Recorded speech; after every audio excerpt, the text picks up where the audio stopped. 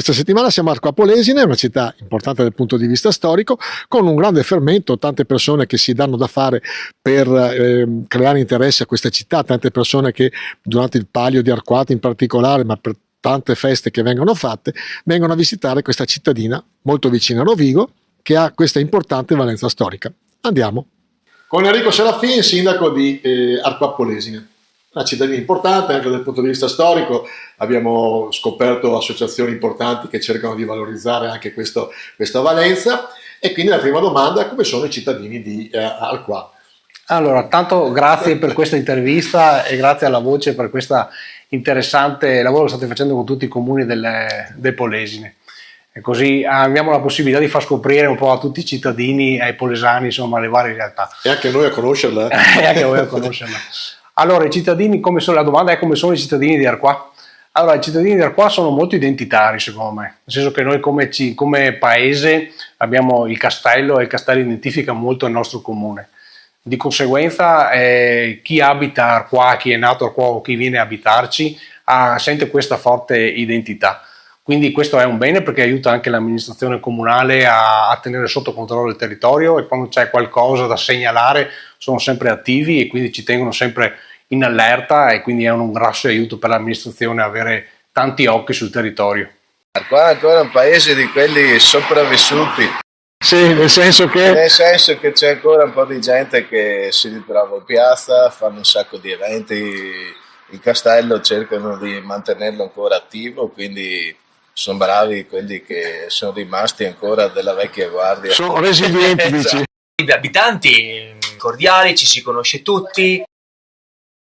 È la cosa bella dei piccoli paesi, dove si vive quasi come una famiglia, ecco. Ecco, qualcuno ci diceva, a differenza di altri paesi, qua avete un associazionismo molto importante.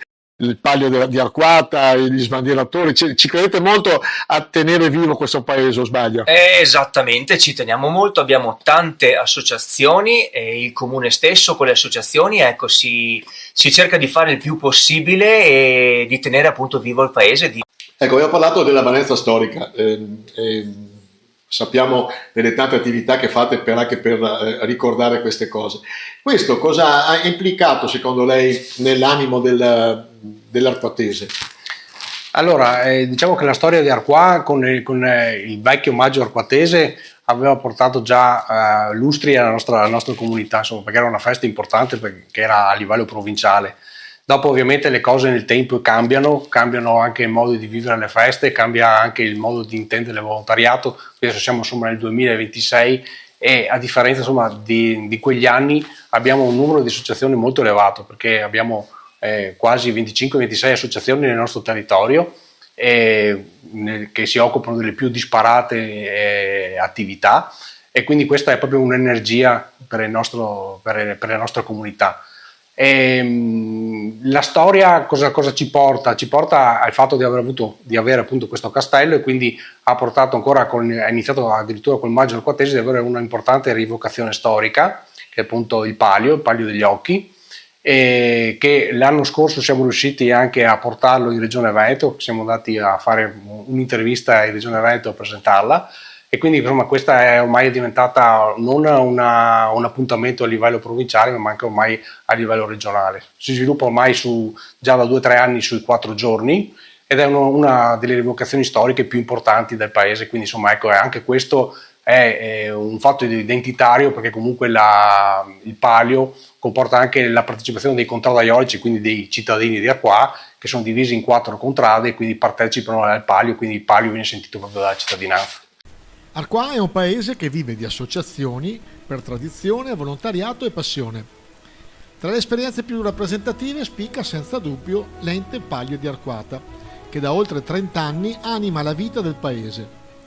Il presidente Andrea Pasquin ci spiega l'attività principe, il Palio di Arquata, che si svolge tradizionalmente tra la fine di maggio e l'inizio di giugno, ed è oggi concentrato in 4 intensi giorni.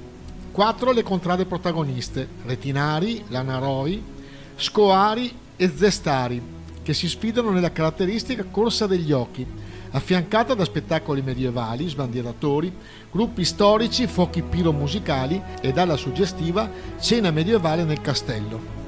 Quest'anno, nella giornata conclusiva, lunedì 2 giugno, la spettacolare Corsa degli Occhi ha regalato emozioni fino all'ultima curva. È stata infatti Bianchina, condotta dalla fantina Irene, a trionfare con una mossa decisiva all'ultima piega del tracciato, superando l'Oca Gigia della contrada Redinara guidata da Marianna. La vittoria quindi ha consegnato per il 4º anno consecutivo il Palio degli Occhi agli Scoari, scatenando la gioia incontenibile dei contradaioli bianco-arancio, mentre la piazza esplodeva in festa sotto l'ennesimo magnifico spettacolo piromusicale della ditta locale Martarello.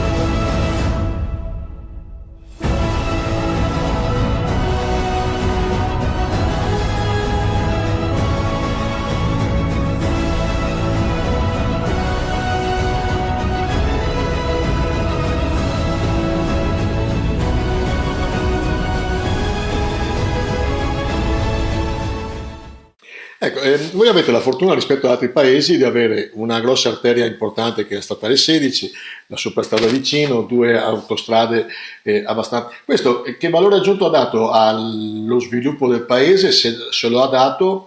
Allora, bisogna fare un passo indietro, nel senso che intanto bisogna un po' parlare della nostra provincia. Allora, purtroppo la provincia di Rovigo, è la provincia, diciamo, il fanalino di coda purtroppo del Veneto. Un po' per la densità degli abitanti, perché insomma siamo 220-230 mila abitanti, quindi contiamo anche numericamente poco. Poi c'è l'aspetto fisico, perché è una provincia stretta e lunga, e quindi questo ha aiutato poco negli anni lo sviluppo. Fortunatamente, diciamo, all'interno della provincia la nostra posizione come comune del Caporesine è una posizione privilegiata, perché siamo vicini confinanti con Rovigo, ma come ha detto giustamente lei abbiamo queste arterie importanti.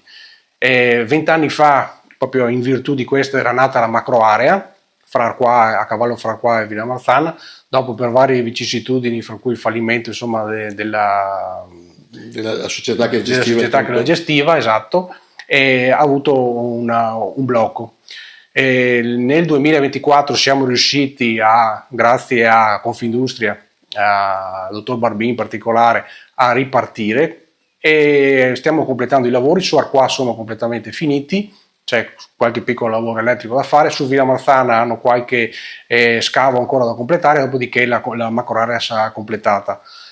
Sulla macroarea c'è da dire che tutti i lotti ormai sono venduti, non c'è più disponibilità. È vero che ci sono dei lotti inedificati, tipo quello sul lato Arquà, il lotto più grande, che è quello dell'Ikea, che vedremo cosa intenderà fare nel momento in cui i lavori sono finiti, se insomma costruire come era da progetto di 20 anni fa o se passare. Non è ancora chiuso il discorso di Ikea, non è ancora chiuso. E la proprietà al giorno d'oggi è Ikea, quindi sarà lei che deciderà. Quindi comunque non ha ancora deciso se farlo o meno. Attualmente non ci sono investimenti. Certo è che un ragionamento che possiamo fare tranquillamente è che un investimento fatto 20 anni fa per una multinazionale già 5-6 mesi possono cambiare, figurarsi in 20 anni come può essere cambiata. Quindi adesso è a livello internazionale, quindi bisogna capire anche loro come hanno sviluppato in questi 20 anni la scelta di svilupparsi sul territorio. È un buon paese, si abita molto bene, tranquilli, è autosufficiente perché abbiamo tutte le strutture che possono essere immaginate. Ecco, poi abbiamo anche riscontrato delle associazioni molto importanti, c'è la voglia anche di far conoscere fuori dai confini moltissimi ragazzi, ci sono delle associazioni dalla gioventù a vari altri, comunque una buona organizzazione. Com'è questa città dal tuo punto di vista? Un paesetto, dai. La gente mediamente anziana, giovani? Anziana. Prevalentemente anziana. Però spendono anche di qualità? Sì. Sì, per fortuna sì. Abitante di Arquà, com'è questo paese secondo lei? Ma un po' crudo. Crudo. Che allora, crudo. Ma in tal senso che chiudo il negozio e non riapro più. Ma siamo venuti piani piani a rottamazione. Beh, probabilmente si chiude perché non prendono soldini. È un paese un po' strano. Ha suonato qua, ma per me è un paese un po' strano. Dopo ognuno ha dei suoi. Però per contro è vivo, nel senso che ci sono un sacco di manifestazioni. Sì, no, per conto quello sì. Al paese qua feste da quasi tutto l'anno. O il mercatino di Natale o feste in castello. E questa è una cosa molto positiva. Sì, ma tutto dopo il resto come negozi, roba genere, pian piano proprio chiude. Lei ha sempre abitato qua? No, io sono piovuto da tanti anni, da una quarantina di anni, però prima abitavo da un'altra parte. E quindi qua ha fatto la radice e si è trovato bene? Mi sono trovato benissimo. Ecco, una cosa che abbiamo chiesto a quasi tutti i comuni, il ruolo che ha il capoluogo rispetto alla provincia, rispetto a tutti i comuni della provincia. Ma allora, qui si entra un po' nel discorso, secondo me, anche di rapporti fra amministrazioni. Vedo e spero che sia questa la direzione che anche e soprattutto grazie alla provincia, al ruolo della provincia che ha avuto negli ultimi anni e che spero che potrà continuare ad avere, che si cerca sempre di avere più sinergie. Tanti problemi, il calo demografico, gli servizi sociali e i servizi legati ai medici, l'invecchiamento della popolazione, sono tutte cose che difficilmente un primo cittadino di un piccolo comune riesce a risolvere da solo, dice. A risolvere. Quindi ci vuole una regia più alta. Il primo step di regia più alta, secondo me, è sì il capoluogo, ma è la provincia, perché la provincia, secondo noi, dovrebbe essere la casa di tutti i comuni, quindi dovrebbe essere quella che fa rete fra i vari comuni. E quindi secondo me, se si riesce in questo intento a avere questa supervisione, questo aiuto da parte della provincia, che ovviamente come primo partner ha il comune di Rovigo, sì, come importanza, forse riusciremo a cambiare qualcosa. È che bisogna diventare, so che è una brutta parola, però meno campanilisti, anche noi sindaci, e pensare che lo sviluppo del territorio deve essere più uniforme. Serve poco se cresce il comune e il comune vicino non ha aspettative e quindi non c'è un vero allineamento del territorio. Quindi secondo me queste cose dobbiamo essere bravi noi amministratori a fare rete fra di noi e essere in grado anche di far capire ai nostri cittadini che delle volte delle rinunce a certe cose sul nostro territorio, ma che avvengono sul territorio vicino, poi c'è una merce di scambio, perché dopo la volta dopo tocca la nostra. Invece se restiamo sul nostro campanilismo ho idea che porteremo a casa poco. Signora arquatese, com'è questa città? Ci sto bene, grazie. Lei è nata qui? No, E da dove veniva? io vengo da San Cassiano, il comune di Crespino. Ah, quindi relativamente vicino. E qua ha trovato bene? Sì. La gente ci si può vivere bene qua? Sì, ci sta bene. 47 anni che vengo, sono contenta, però mi piacerebbe che l'amministrazione comunale si impegnasse un po' di più a favorire questi piccoli mercati. Se vogliono possono pubblicizzarli, eccetera, perché siamo rimasti in pochi, una volta in pensione noi, non so se il mercato esiste ancora. Che ruolo potrebbe avere la provincia in questo momento, secondo lei?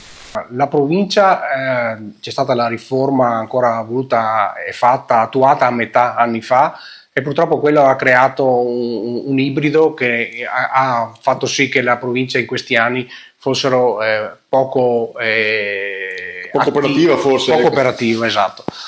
Adesso sembra che a livello politico nazionale si stia tornando un po' indietro. Adesso in Friuli Venezia Giulia già hanno fatto una riforma sulle province da dare la piena attività. Secondo me la provincia può avere un ruolo fondamentale qualora torni ad essere pienamente operativa e abbia anche delle disponibilità economiche, soprattutto perché sennò è una scatola vuota. E i problemi che ci confrontiamo sempre fra di noi amministratori principali sono quelli del personale che ci sono nelle pubbliche amministrazioni. Le prime cose che ci diciamo fra amministratori è: ma il tuo tecnico comunale ce l'hai ancora? No, il mio è andato via 15 giorni fa perché ha vinto un corso da un'altra parte, e quindi non si riesce neanche a dare una continuità agli uffici, non si riesce a far sì che che le nuove leve che arrivino comincino a imparare. Nel momento in cui hanno imparato qualcosa, giustamente fanno il salto da un'altra parte, più gratificante, più economicamente più esatto, importante. quindi la cosa migliore, adesso noi qui a Arquà fortunatamente siamo messi bene sia a livello di bilancio che a livello di personale, abbiamo 13 dipendenti. Come nostra amministrazione abbiamo voluto, ed è una cosa a cui ci abbiamo creduto tanto, siamo riusciti a averla, è avere un segretario comunale a 36 ore. Questa è una cosa che siamo uno dei pochi comuni di questa misura all'interno della provincia ad averlo, ed è una scelta che rivendichiamo come amministrazione e ne stiamo vedendo i frutti. Fra poco, questa mattina ho avuto un incontro con un nuovo dirigente che abbiamo fatto un corso a 36 ore per l'ufficio tecnico, quindi insomma siamo riusciti nel giro di 1 anno e mezzo da quando siamo andati in carica ad avere i 3 dirigenti delle 3 aree a tempo pieno, e questo non è una cosa scontata. Purtroppo ci sono certi colleghi, direi la maggior parte dei colleghi di piccoli comuni, che questo economicamente non riescono a permetterselo, e quindi o si trova una maniera di fare squadra e passare oltre a quello che è come dicevo prima, il campanilismo.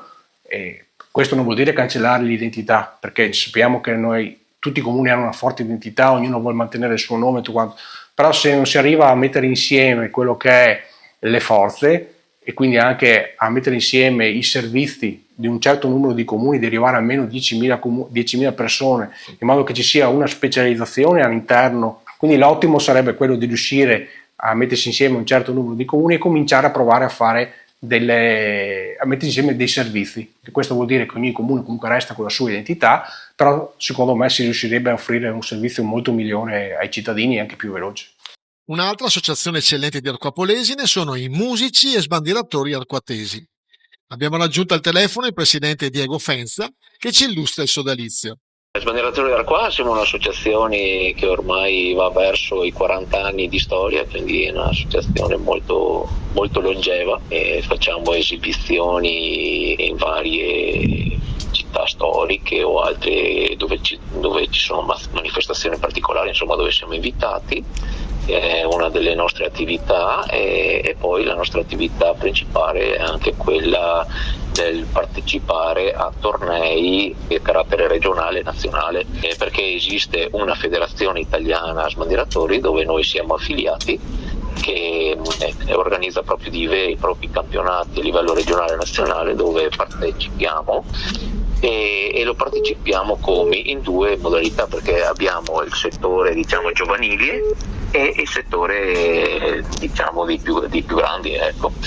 In questi campionati nazionali otteniamo normalmente buoni risultati, e con i giovani già 4-5 anni di fila che portiamo a casa dei titoli nazionali. Anche nel 2025 ci siamo laureati campioni italiani con la squadra Under 15. Noi siamo una 60ina di soci, tra cui circa 25 ragazzi under, dai 7 anni fino ai 15 anni, e poi abbiamo circa altri 20, una trentina di ragazzi un po' più grandi. Partecipiamo alle gare anche noi, e quindi è un gruppo molto diversificato a livello di età, ecco, diciamo così, però insomma lavoriamo tutti con la stessa passione verso un'attività un po' particolare che comunque garantisco porta grandi soddisfazioni, grande crescita personale, soprattutto rivolta ai ragazzi insomma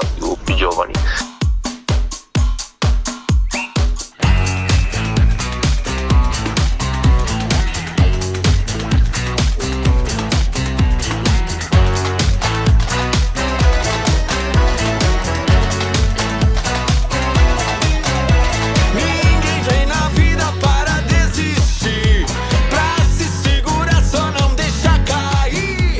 Fra 10 anni come vede Arquà?